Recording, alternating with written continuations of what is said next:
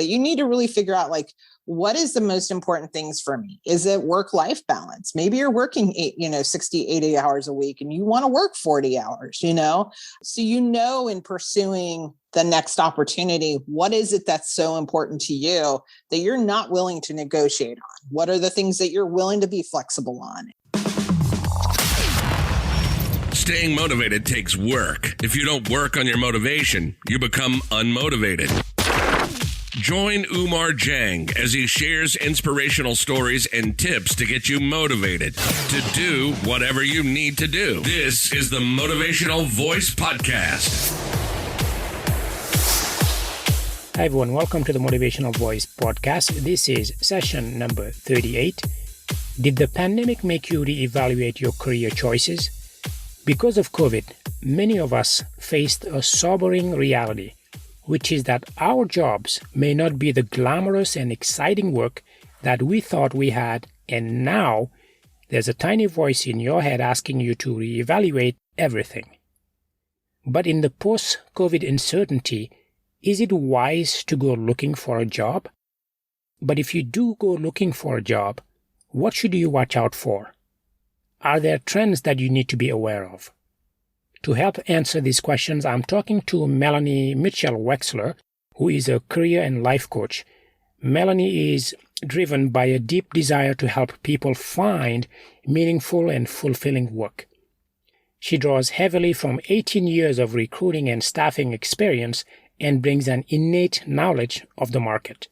Melanie will be sharing some concrete action steps that I am sure will help you find that next job that you love, or if you are not looking for a job, they will help you think differently about your current job.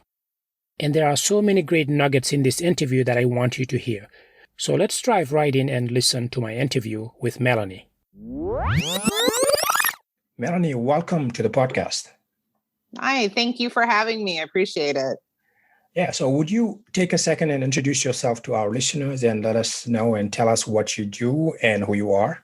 Yeah, so I am a career and a life coach. Prior to becoming into the coaching field, I was actually a recruiter for 18 years. And I transitioned into coaching back in 2017 and really take all of the things that I learned being a recruiter. I was on both sides of the fence. I work with candidates as well as clients, understanding what happens behind the scenes in the hiring and the recruiting process. And now as a coach, I bring that to the table. So I help individuals with everything from their resumes to interviewing to networking, as well as working on confidence, goals, and career action plans and job search strategies. I really cover the whole 9 yards and utilize all of that background that I had in the corporate world and now apply it to individual clients. Awesome. That's great. And so you've been a recruiter, you said, for 18 years. What kind of companies did you work for? Was this in the public sector or private sector? So I was in the private sector. My first recruiting job, I was with Robert Half International, which a lot of people recognize the name. That's where I got my training. That's where I always say I got my foundation. I was there with them for 3 years, moved up the ranks, was $1 million producer during those periods of time, and then went on to work in a couple of different recruiting and staffing companies. And so I've done everything from accounting and finance, I can't talk pharmaceutical and clinical research, and then also the umbrella of like marketing, human resources, administrative operations. And so I've had the opportunity to work with everybody from college graduates to C-level executives. And then in 2017 and 2018, I was working both full-time as well as working on my coaching business. And I was working for a firm in DC, which I was doing recruiting throughout the United States. And that's the other thing too, is that I've been able to work in multiple verticals and multiple platforms across the United States, understanding different areas, how different markets respond to different events and the economy and things of that nature, and all levels of professionals. I think that's really apropos. And that leads me to my next question, which is actually, we've just gone through a really unprecedented time in terms of employment because of COVID and the pandemic, really globally. A lot of people lost their Yeah. jobs. I'm sure there are people who maybe they considered before the pandemic changing jobs or even looking for jobs. What are some of the things that you are seeing in terms of trends as a result of the pandemic? Yeah, so I saw two trends. I was actually last year about this time, I was actually really kind of worried about like what that meant for my business. As a coach, I understand it's a luxury. It's not not necessarily a necessity. And then if you heard what was happening, if you were watching the news, everything in the world, there's definitely some divisions and some decimated, industries such as hospitality. And so I saw two things happen. One, I ended up getting a lot of hospitality individuals from major chains that found themselves in the job market that they weren't expecting, and so helping them learn how to pivot their skills and where their skills could be applied to new industries. And then I also saw a lot of people that were still employed but yet had but it really became an awakening of there isn't the sense of a permanent job is a false sense of permanency. And I used to have these conversations when I was a recruiter, because people would say, well, I don't want that contract, or, I want I want a permanent job.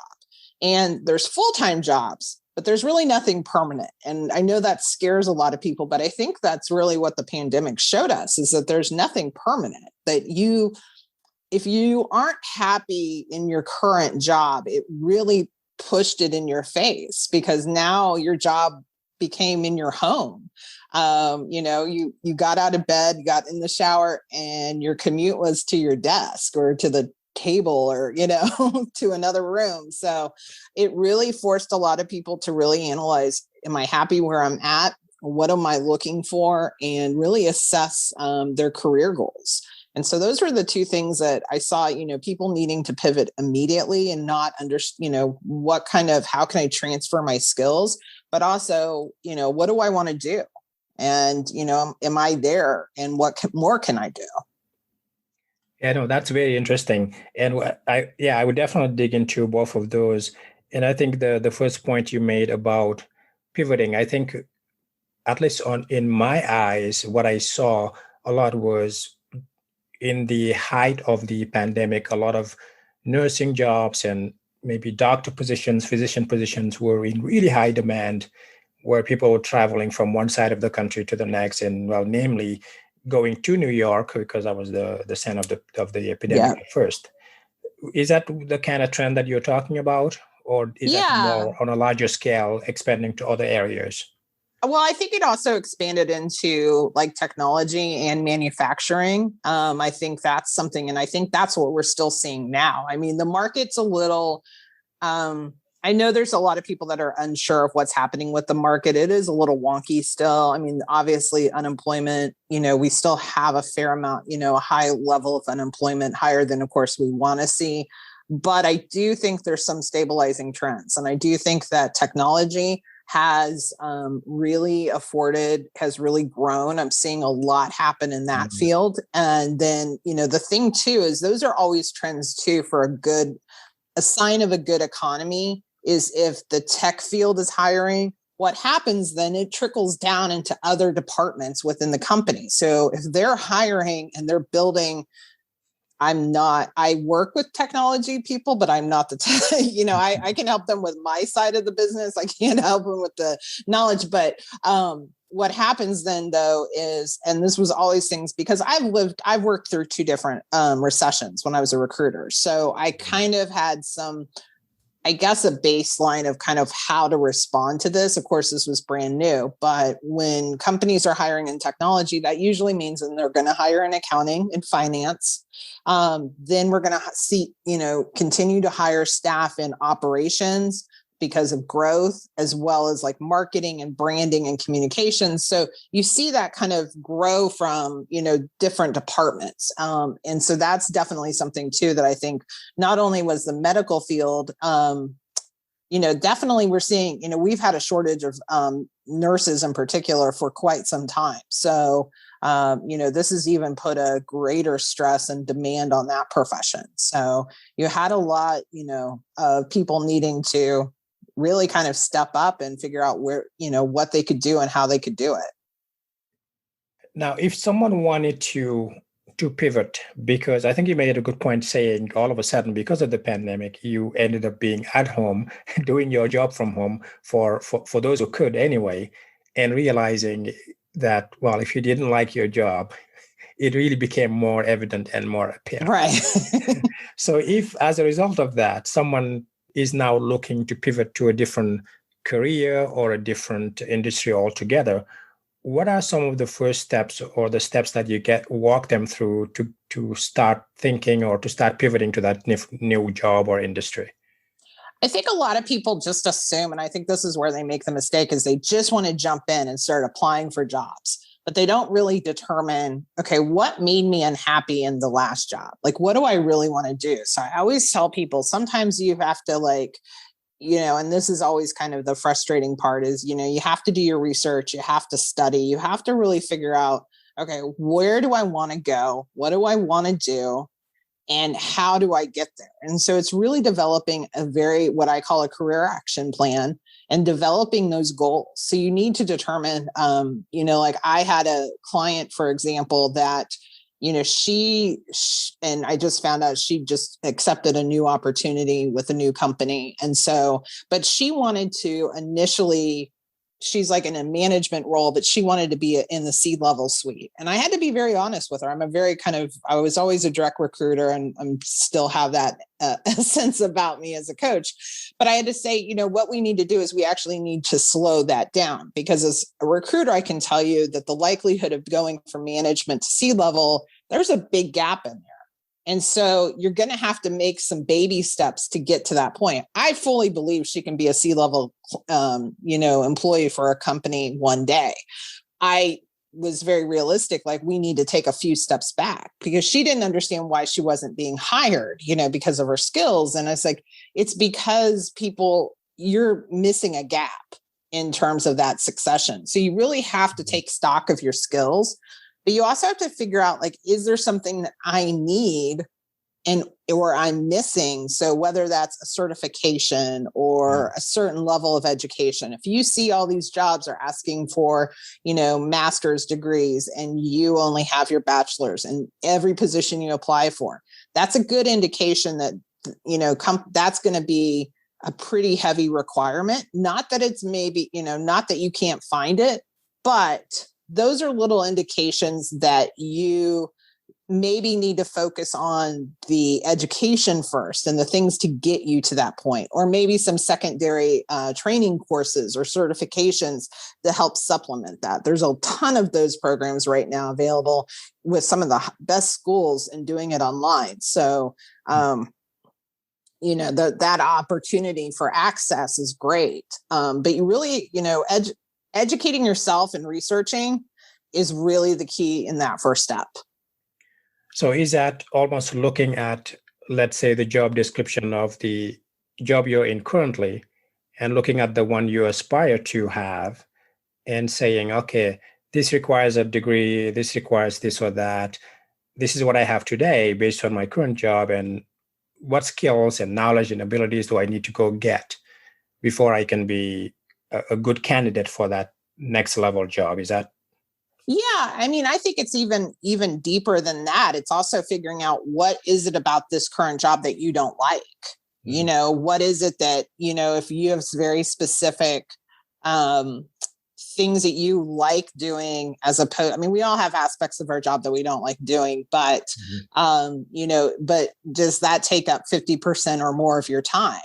And so that's a good indication too, what I call, also understanding what your career values are. And, I know when people hear values, they think of trust, they think of honesty, things of that nature, but you need to really figure out, what is the most important things for me? Is it work-life balance? Maybe you're working 60, 80 hours a week and you want to work 40 hours, so, in pursuing the next opportunity, what is it that's so important to you that you're not willing to negotiate on? What are the things that you're willing to be flexible on? And then, what I call the icing on the cake. If you had them, that's great. If you got those bonuses, things like that nature, but you're willing to, go without something. So, but yeah, I think you have to understand, I think you have to ask yourself, what is it that you truly want to be doing, and what drives you, what makes you excited, what drives you to be, to push you to be successful in your career.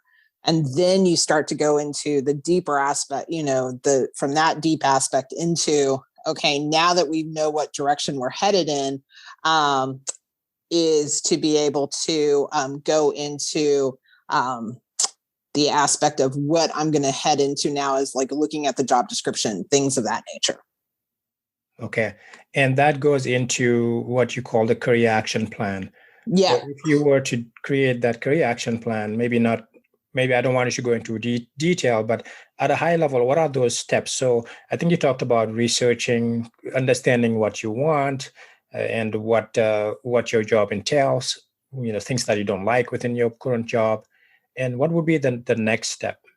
Yeah, the next step is also figuring out where you want to work. I've done this exercise even back as a recruiter. I would always ask my candidates to come in and give me their top 10 list. What's the top 10 places that you want to work in? And because we have really transitioned into such a remote world, and I think remote working is here to stay for the most part. I don't see a lot of that. A lot of companies were, there were companies that were already transitioning for that, but remote options are now more than plentiful. So where do you want to work? Do you have a wish list? A lot of people, of course, think about working for Amazon or Google or Microsoft or, one of the big companies. There's always that list of, wants, but other people, whether you're in nonprofit or marketing, whatever the case may be, you can have a, wish list basically, and examining like who's in these companies that I could connect to. Who can I conduct informational interviews with or ask for informational interviews so I can learn more about the company? I can learn more about positions within the company.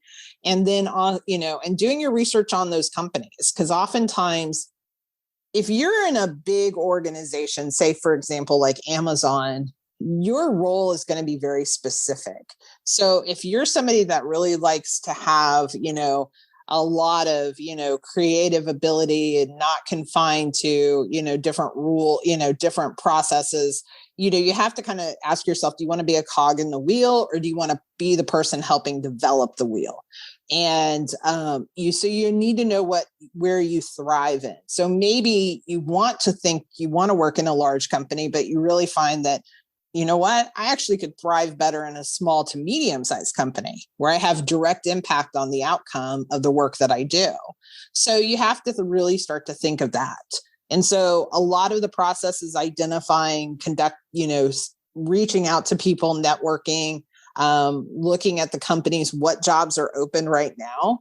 And, can they start applying for, are you positioned to start applying for those jobs? And then, of course, as you mentioned, adding in the research aspect of the, looking at the jobs. What do I need to have? That type of thing.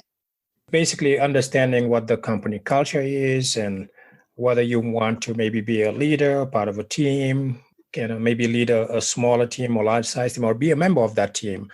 Right. Yeah, those are important things, because some of us are happier if they just go in, do their jobs. They don't have any direct reports or anyone that they have to take care of, so to speak. Yeah, that's a good point. Now, apart from that, is there any aspect of maybe a skills gap analysis? I think we talked a little bit about this, about understanding what you're missing, what that gap is. Is that absolutely necessary for someone to do, or can they take skills that they had from, let's say, previous experience, or maybe you were in the army, or maybe you're in a different company that did things a little differently, that you can use as a substitute for maybe going to get a degree or a certification to be able to get that job? Yeah, well, I always think that there's always 100%. You always have skills that can transfer regardless of where you're at in your career and what kind of position. So I always think you can transfer your skills. I think where I, as a coach, come in, where it helps is being able to kind of have a second set of eyes, because oftentimes we're so close to the situation, we don't always necessarily see where we could apply those skills or how we could shift them, or, package them basically to fit another box. And so having kind of a third party opinion, I think helps with that. So I definitely think no matter what, you can always have skills that are transferable. But yes, it is a matter of, I don't necessarily think, I'm not a big proponent of adding on the education and the certifications unless you're just in a field that's absolutely necessary. Some fields do require it. There's just really no ifs, ands, or buts. But if you can, maybe do some supplemental training courses, there's a lot of certifications available, things like that you just show that you're continuing your education and continuing your knowledge in your field, I think are always pluses. But also figuring out what, again, if you look at, 10 job descriptions and they're all asking for a master's, it's probably a good indicator that that type of position or role is going to look, I would typically say for C-level executives, they want to see higher level education, that type of thing for most organizations. It's definitely not a cookie cutter process. So, that's where we get into like being more customized to each individual person and, fitting their needs. But I think you can look at it from multiple angles. Once that's in place, what would be then the logical next steps would be to start applying, looking for jobs? Are there any specific steps to take to get to that in terms of how do you now go from here to submitting yourself out there, your resume, so people can start looking at them and what to look out for? Yeah. So I do, the next phase is the application phase. I am a lot of things that people will, follow me or look at my content that I post. They will notice two things. One, I always talk about, you have to do more in this market than just apply online and keep your fingers crossed. Yes, it still works. It is still a tried and true measure. So it still does work. People still get interviews and people still get hired that way. But you do have to start doing a little bit extra to be seen. And then also, I'm a big advocate of LinkedIn. LinkedIn is a great platform for not only just getting your profile up to speed and optimized, but also for connecting and networking with individuals within companies. And I think often that is the thing that people aren't doing.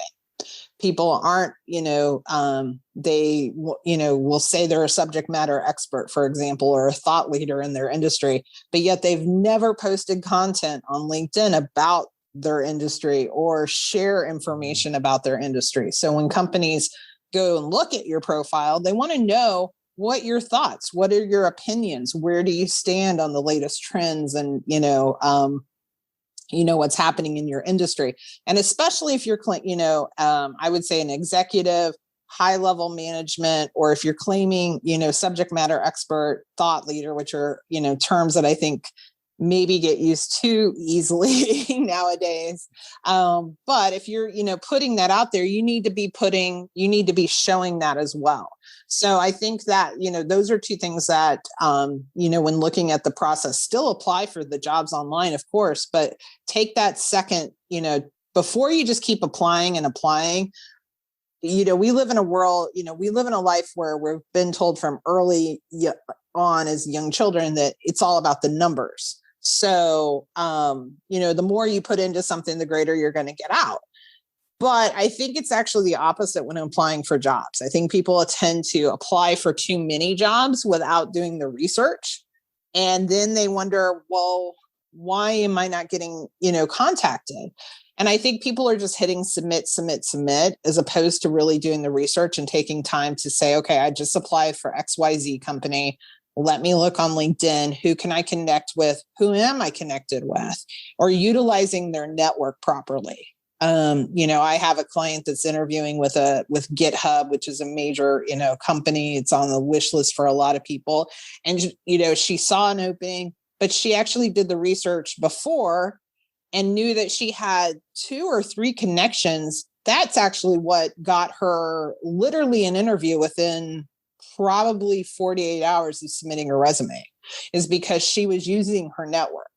So she, still, and that's what moved her to the top of the list for an interview.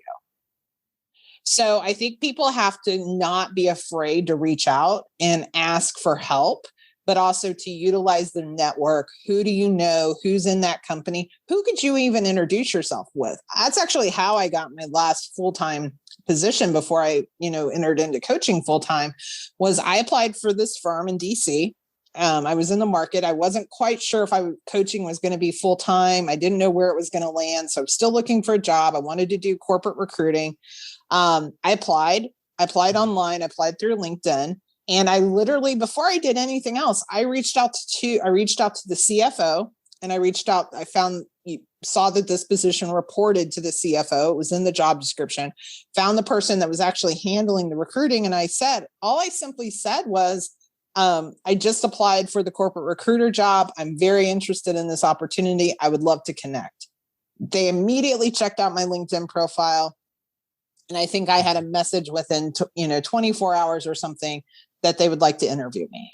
And it simply put me just at the top. It took, because you may get, as a recruiter, you may get 500 resumes for one job.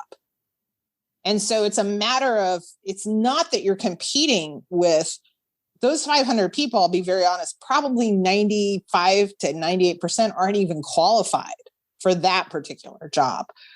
So you're not competing against equal peers. You're just competing against numbers. So what are you going to do to make yourself stand out? And so that's definitely what, some of the approaches that I take with my clients, in terms of we have to do more nowadays. Applying online and just hoping you're going to get noticed is not going to be enough. Yeah, that's a very good point. One thing I know, because I do have a background in human resources, a lot of companies spend a lot of money on third-party tools to connect directly into LinkedIn so they can harvest and mine that data from the candidates. And that could make a huge difference, to your point, going that extra mile of saying, I am going to be the red car, an analogy to the commercial, the Dodge. Be the red car, not in a sea of white cars. Don't be a white car, be a red car, meaning just take that extra step, reach out to someone and send an email. If anything, your name is going to be top of mind when they look at the resume. That's a very, very good tip. Thanks for sharing that. Any other site or anything else that you saw was useful? Yeah. I mean, I just did a post on this about, if you're in a specific industry, look for professional associations within your industry. Oftentimes professional associations have their own, of course they have their web pages, but they often post career opportunities within the industry and that you're looking for. I think that's a great way, because often it's not through, it's not necessarily through the third-party site, like a LinkedIn or an Indeed or a Glassdoor. It's directly related to your industry. Often the people that are doing the hiring list their names and their contact information on these associations. So definitely look at your industry, see if there's a professional association, because they always have positions. Also, don't forget to check out the company's website. I know this sounds like such a silly thing to do, but what people don't realize is not every job is equal in that organization. So there are so many opportunities that are never posted, that don't make it to the LinkedIns, to the Glassdoors, to the Indeeds, because it costs those organizations, they only have so many spots basically every month. And so, different positions get allocated a different basically value to the importance of it needing to be filled. So there could be a position that you're equally qualified for. And there's the number of people that I would talk to that forget, go check out the company's website. They're always, they may only post one or two positions on LinkedIn. They're not every company has, the ability or the budgets like Amazon or Google or, these big name companies. Not every company has that. So, some companies maybe only have the, budget to post one or two jobs that they have, and they alternate them so that, and just because you see that post that expired on LinkedIn does not mean that job is expired. It just means it's expired its post. It has a window of time that they will agree to they've paid for. So that doesn't mean that they have filled it. That doesn't even mean that they have enough candidates. Check out their website. And even if you don't find it, still reach out to the people that are doing the hiring. Because again, and I think people are so afraid to break down that wall and, well, what do I say? And what if, you have nothing to lose. If you send a message to somebody and somebody just equally, and they don't respond, okay, you have nothing to lose. I mean, what is the worst that they're going to tell you? No. Well, yeah, good point. You're going to get probably a few no's in this process, that's just part of this process. So, they're not going to put you on a list and say, oh gosh, that person is, that person emailed me and don't talk to, that's not going to happen. So, don't be so scared of reaching out and connecting with people. In terms of frequency, what would be a good number of resumes? And there may not be a magic answer for this. What would be a good number of resumes to submit on a given month or week? Yeah, it is hard because that's so dependent on the industry and the position that you may be applying for. Like, somebody that's an administrative assistant is probably going to see new postings honestly every day. As opposed to say, a chief financial officer, which, in that case, I would say get connected with a very good recruiter that has a good pipeline, because often you don't necessarily see those openings per se, because those often don't go published. Most of them don't, because they're usually confidential searches, things of that nature, high level executive searches. So, it really does depend on your position. But I always say, if you're looking for a job, you need to commit. I think what happens is people overcommit. Like they'll say, I hear things like, I spent 8 hours applying for jobs. And I'm like, maybe, schedule an hour to apply for jobs. Because then at the end of the day, though, when you spent 8 hours and then you're frustrated and then like, oh, well, nobody responded. And because we live in such an immediate, we love immediacy. We love, we want instant gratification. And, so we, but at the end of 8 hours, then you're like, well, I wasted my day. Nobody applied. Then you feel like defeated, whereas if you're not currently working and you're actively looking for a job, treat it, you almost have to kind of treat it like a job, but you won't do one task for the entire day. Break it up. So maybe I spend an hour looking for jobs on Monday, and then I spend an hour reaching out to connections, looking at companies that I'd be interested in working for that are in my area. Maybe and then on Tuesday, maybe I don't apply for jobs, but I'm going to continue that networking and that, informational interview, or I'm going to take a class. LinkedIn has a lot of classes, LinkedIn Learning. There's also online kind of universities, but there's a lot of like Udemy, Coursera, places like that offer additional skills. So if for example, that your skills are lacking in Excel and you want to brush up on your Excel, take a course. Plan that in your day, add some value to your job search. And then if you're in a job and, the feeling of coming home and like, I don't want to spend my entire evening, looking for a job, or you maybe don't even have the time to spend an entire night. That's okay. Dedicate 30, 45 minutes, maybe, adjust it to your schedule, but it doesn't have to be a 40-hour a week commitment. Give yourself that ability to learn other things, educate yourself in other areas of the industry, stay atop of the news in your industry so that you can be equipped for when you do get that interview request and you're doing, you do the research on the front end. I know earlier you alluded to this, which is that remote working is here to stay.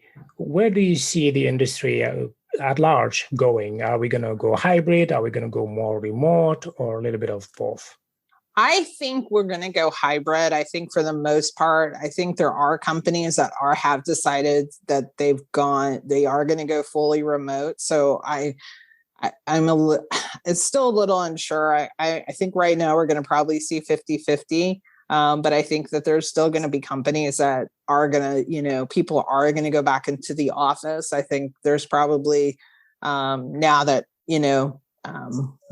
the vaccinations are becoming more accessible and, available, and that's going to help, reduce cases, hope, knock on wood. And, so I do think we're going to see that. I think, but I do think that there are a lot of companies that are going to go 100% remote, that they have it in place now. They can continue to refine the process, and that they will stick with that. And I think, there's a lot of employees that, that would be beneficial for.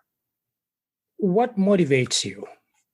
For me personally, I think there's, two things. My kids motivate me. My family motivates me, I always want to make them proud, but just want to always just do right by them, and just always, show them, what hard work can yield you.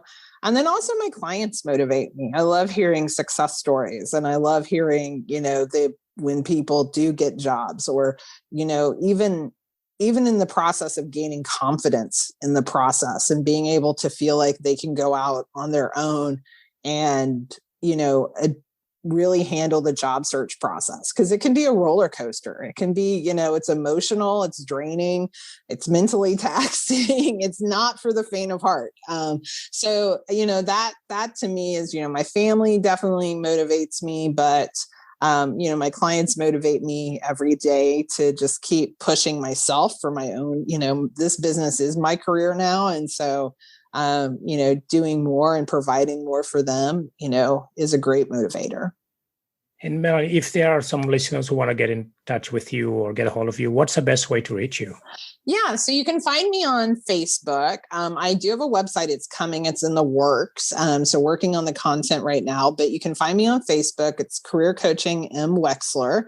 Also, I'm on Instagram. So it's M. Wexler Career Coach on Instagram. And then you can also just connect with me on LinkedIn as well. I love connecting with people. Send a note letting me know how you heard about me. It's always great to know. And that's just you can find me, Melanie Mitchell Wexler, there as well. So, and I'm also on Clubhouse. So I know that's the latest and greatest craze. So, and I'm hosting a couple of rooms with a couple of other career coaches where we do live resume reviews, live LinkedIn profile audits, and just answer your career questions. So you can also find me there. So, great. Are you in a particular club on Clubhouse, or? We do have a club. It's called Cultivate Careers. So we do have our own club. Right now we're in some other clubs, just kind of generating some interest and building our. I cringe saying this, but building our following. And so it's part of the business, I know, but so building our following. I've been able to collaborate with 2 other coaches. We actually just randomly kind of connected and have developed a really great friendship, almost immediate, which was great. We all have different specialties.